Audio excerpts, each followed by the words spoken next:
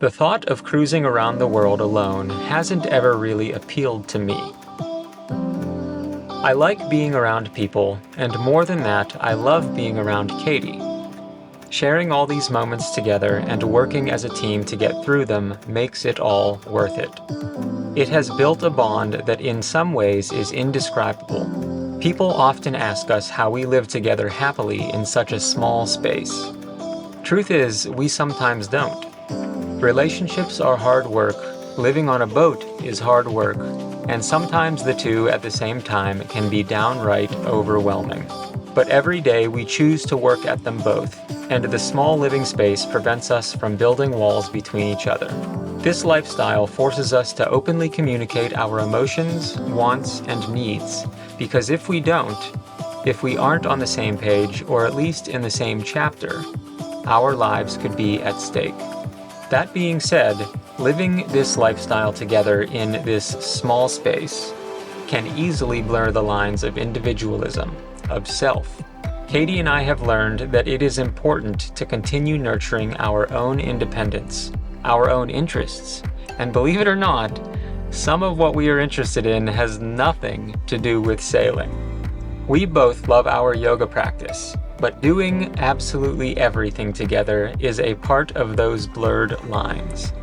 Here in Costa Rica, Katie has found a way to reconnect with part of herself, with yoga, the classroom, and the community it offers, which is very important to her.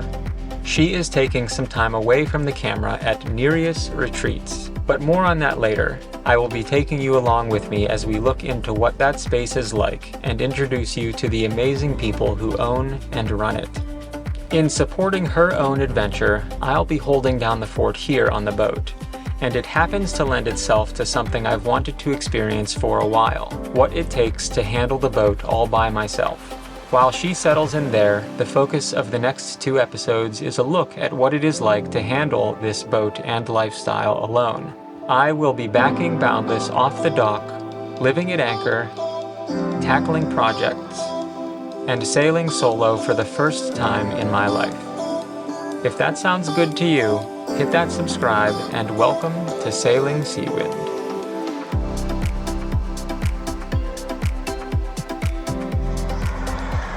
Alrighty.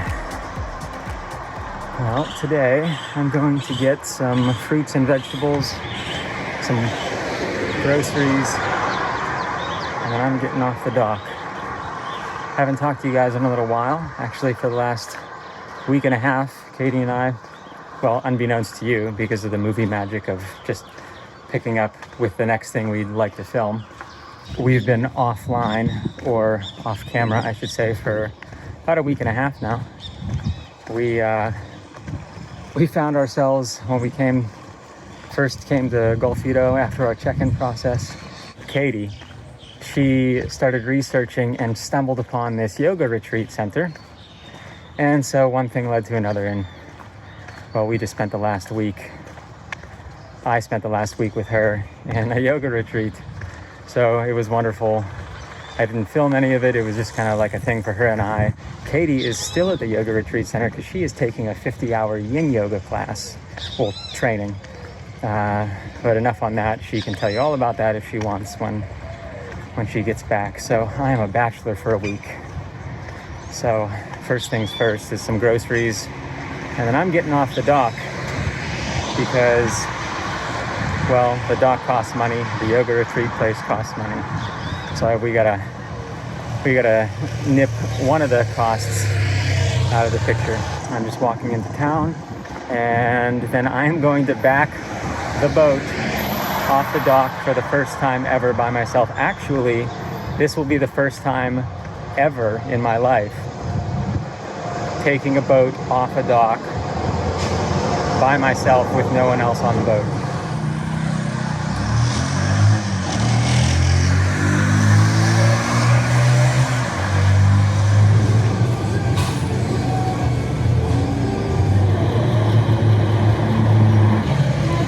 All right, on to the next one. The thing about groceries here, at least in Golfito, is there's no air conditioning in them. Usually we go into a grocery store and there's some reprieve from the heat. Not here. So it is 100% without air conditioning. And it's like 96 degrees during the day here. Gotta stay hydrated. Well, the other grocery store is apparently closed on Sundays, so I guess we're heading back to the marina early. All right, well, you can see from behind me, it's pretty low tide now. And we are just getting back to the boat. So it should be just as simple as backing straight up off the dock. We do have a little bit of a tailwind right now. So I'm going to probably let go of the bow first and just let us hang from our stern line. And then that should be it. A very clear open space. There's no docks back here and it's just clear water straight out. There's a couple of moored boats there and there. But all we have to do is just back straight up. And so there's not much that can go wrong. Sometimes backing straight up is the hardest. So we will see what happens. I'm just gonna get everything ready here and then we'll get off the dock and go anchor.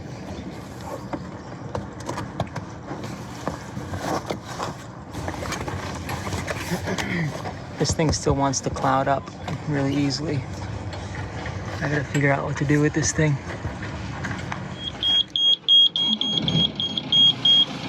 Got the engine fired up. I'm going to go and prepare the anchor because I'm by myself. And I want to be able to just pick a spot and come up here and drop it off. That's good.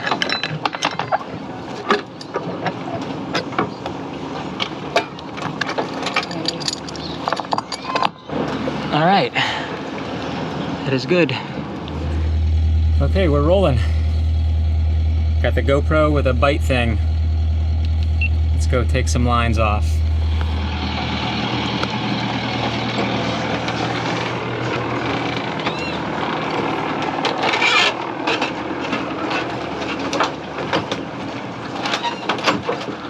Okay, forward spring first. Don't need this one at all. Okay, I guess we're going for it.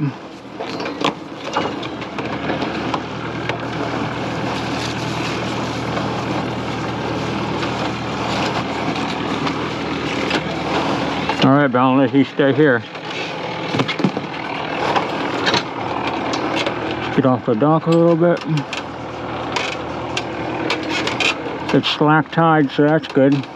Here we go.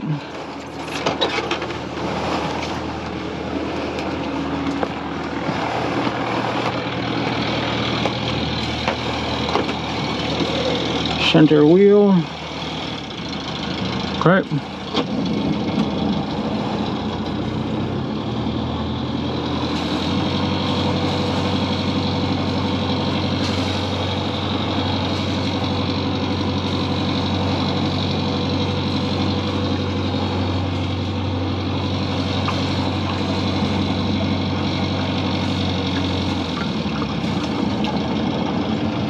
Look at that, backing up straight.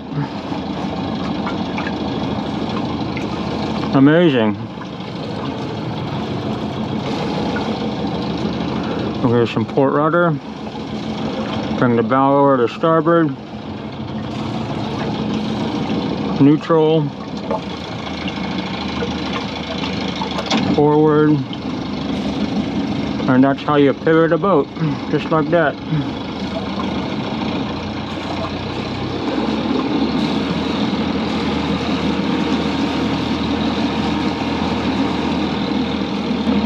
I was like clenching my jaw on that thing. Always gets your heart going, no matter what. I did it. First time leaving the dock by myself. Pretty uneventful, but that's what you want. Feels good. I'm the only one on the boat right now. I never even thought of doing this on Seawind, but I've always wanted to kind of explore the realm of handling the boat like single-handedly. It's pretty cool to be able to do that. We're at 0.3 knots, we're stopped, so I'm gonna go put the anchor on the ground.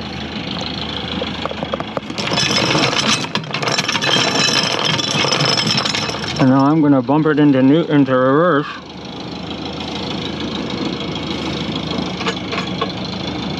And go pay out some chain.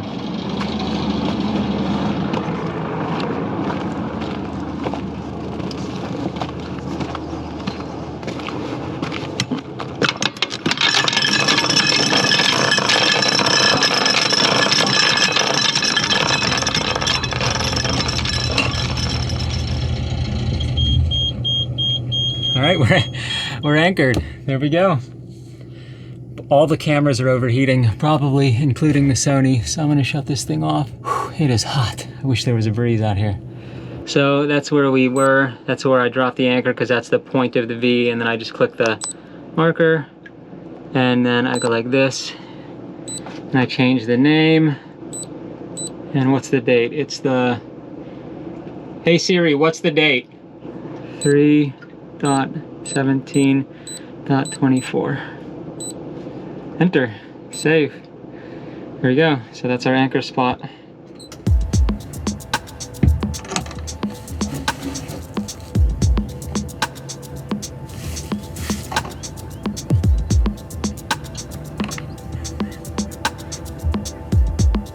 Good morning, everybody. I've decided to go camping. No. Something that's been kind of plaguing us for a while on Boundless. We have a rigid boom bang here, and there's a spring inside of here. And I'm guessing that at least if you've been watching for a little while, chances are you've probably heard this thing then creaking back and forth. Do like 2-3 more. So today I'm going to service this thing. What it's going to take is relieving the pressure off of it, which I just did with a halyard. I'm using the main halyard as a topping lift. So I pulled the end of the boom up, and so I can take this pin out because this isn't under any tension. And then I'm going to take this collar off and slide the spring out, and then just clean it and grease it with some Corrosion X grease. So that's the plan. Nothing too complicated, I hope. And my eyes are sweating. I'm gonna be like a rag. There we go. There we go. All right, and it's just that simple. Whoever put this together, put it together with Tef gel and other greases that have really helped the thing stay whole, which is nice. So this is the other Delrin bushing. So I'll clean this up with some water. And there's the spring. Okay, so here is the spring. It's in good shape, and it just needs cleaned up, it looks like. There's a lot of like gunk on it. I don't want to mangle this line up trying to get this thimble out of here, so I'm kind of stuck as far as getting this thing free from the actual unit, which is no big deal. I think I have plenty of room to work right here to clean this thing up, and then I'll be able to shove a towel down here and clean the dust and debris out of this before I clean it. And so you can see that it's just kind of tarnished and dusty. So as I'm cleaning, a little bit about boom bangs. We actually set our preventer up for the first time. If you remember from that video when Katie and I set the preventer up for the mainsail for the first time, that is in particular a situation where you use the boom bang when you are sailing downwind like that, especially when the boom is way out over the water. A pretty good visual. Okay, so the main sheet system is generally on centerline. You can move it back and forth, but generally it's not way far out over either side of the boat because it's just on the cabin top here. So when the boom goes way out over the water, what wants to happen is when the wind pushes on the sail, it wants to lift the boom up because there's nothing supporting the boom directly underneath it. The main sheet is way out over, so it's just at an angle, so it can just go up and down with really no force holding the boom down. that takes away your ability to, have a good shape sailing downwind. So enter the boom vang. You can have a non-rigid, which is a more traditional style, or a more modern rigid vang like this. But they both do the same exact thing. You have a purchase system of lines and on some pulleys. And when you pull on it, it pulls down, like the attachment point is right here, about halfway on the boom. It pulls down on the boom when it's way out over the water, so you can trim the mainsail with the boom vang and keep it from going up and down. So that is like the long and short of it. We learned how to use them on race boats on Lake Erie, and then we made a really nice boom vang system, not a rigid system, on Seawind, and we use that all the time. Actually, it's one of the lines that I really like seeing led back to the cockpit, because other than reefing and handling the mainsail in that regard, having very easy and efficient access and safe access to adjusting your boom vang is one of the top priorities for me. So when we bought Boundless, we saw that the boom vang was led aft, and that's the only thing that's led aft. It was kind of just like another thing that was like, oh wow, like this is truly like the essence of Seawind, but just in a bigger persona. So Boundless here has this rigid vang, which means it does not have a topping lift. There are pros and cons to that. No topping lift means no line from the back of the mainsail going up to the top of the mast, so it eliminates some of that slapping and potential chafing. But it also means that if the boom vang were to fail, say if the screws were to pull out of the mast or something were to fail in it, then when you lower your mainsail, your boom is just going to fall to the deck. So on Boundless here, we're going to keep the rigid boom vang, but we are going to eventually add a topping lift that is also spec'd as a main halyard. So we will have a spare main halyard in case something were to happen with that. And then also, if something were to happen with the boom vang, we can have control of the boom when the mainsail is down. Working in the heat like this is just basically a series of wiping off different things, like continually my eyeballs that are sweating.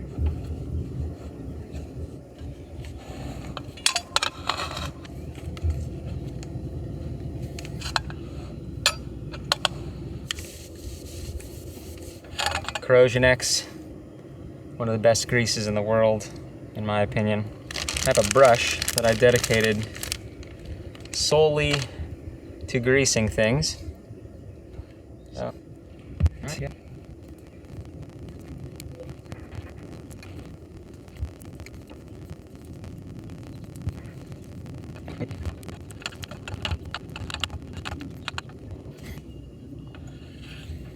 Okay, just to show you guys.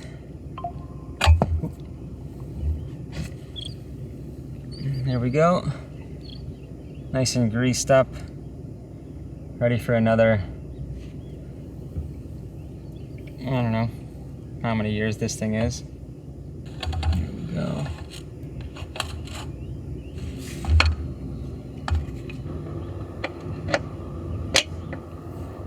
So the last thing to do is to get a split pin to lock this thing back off, and then put these little set screws back in with a little bit of Loctite, and that is it.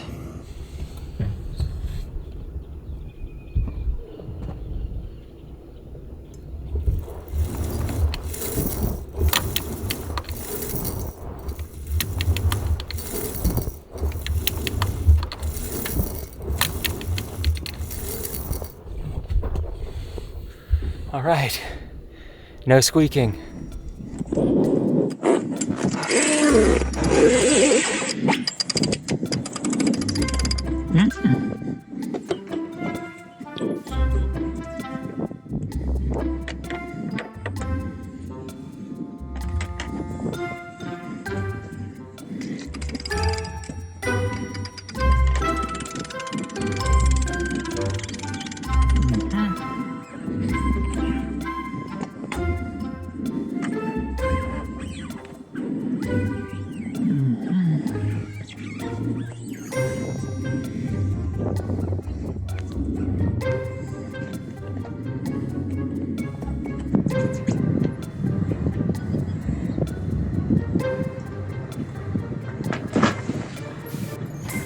I just wanted to say that it is much harder, not harder, you just have to really plan more ahead of time when you're doing anything by yourself on a boat.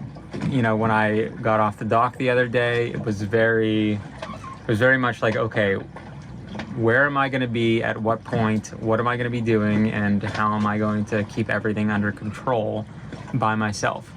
So you use tools that are at your disposal, and then you just have to hope that you figured out the correct order of operations. But anyway, so I have the outboard dangling there. So what we'll do is we'll unlock this. Wow, see, I have to like figure out a little bit different of a pick point right here. I mean, I like the pulley system, but I need to pull from a spot where it's not like at the end, because you tend to want to swing the arm.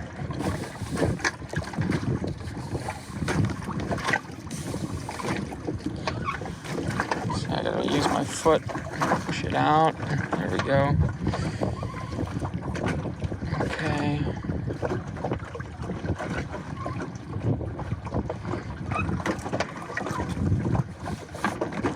Okay, so now we are low enough that I can lock this off.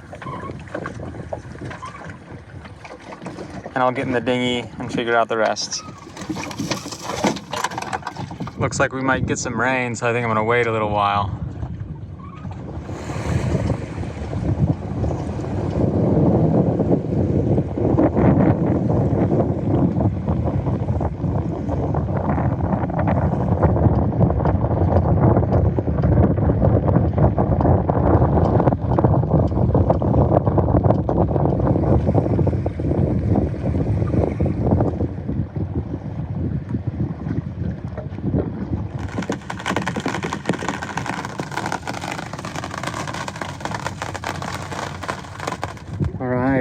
Good afternoon, everyone. I am finally done with work. I have the video uploading, and I'm going to go on a little bit of an adventure just to get off the boat. We're going to go over to the Banana Bay Marina over there.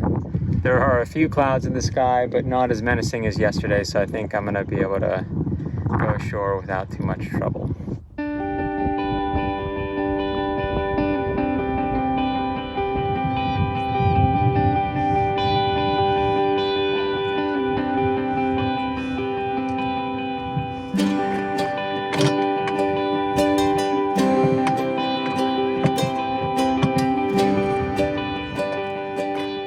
I remember my dad talking about making some support to hold the other end of a board while working alone.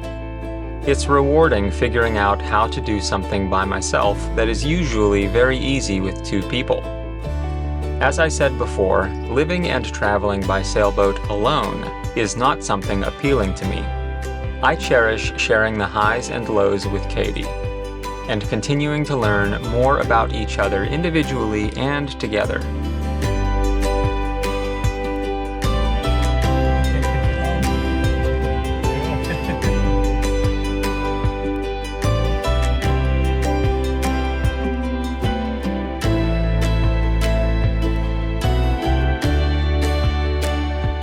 Up next, I take you along with me as I set off on my first ever solo sailing adventure across the bay, where I will meet back up with Katie to give you a look into what the yoga retreat adventure has brought to her life. Thanks for coming along. See you next time. Gonna have to gum it.